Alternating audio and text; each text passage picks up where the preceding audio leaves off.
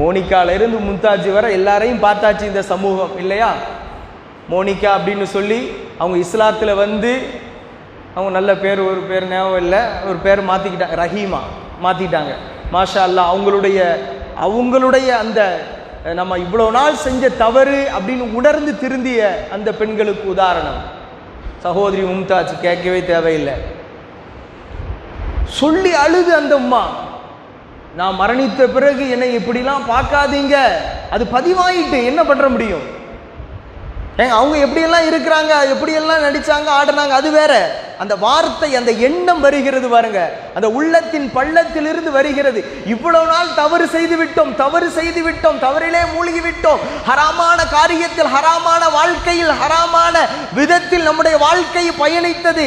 ஆனால் ஒரு விஷயத்தின் மூலமாக இஸ்லாம் என்ற அந்த எழுச்சி, ஒரு விழிப்புணர்வு வந்த பிறகு அல்லாஹ் நம்முடைய பாதையை, நம்முடைய பயணத்தை மாற்றினான்.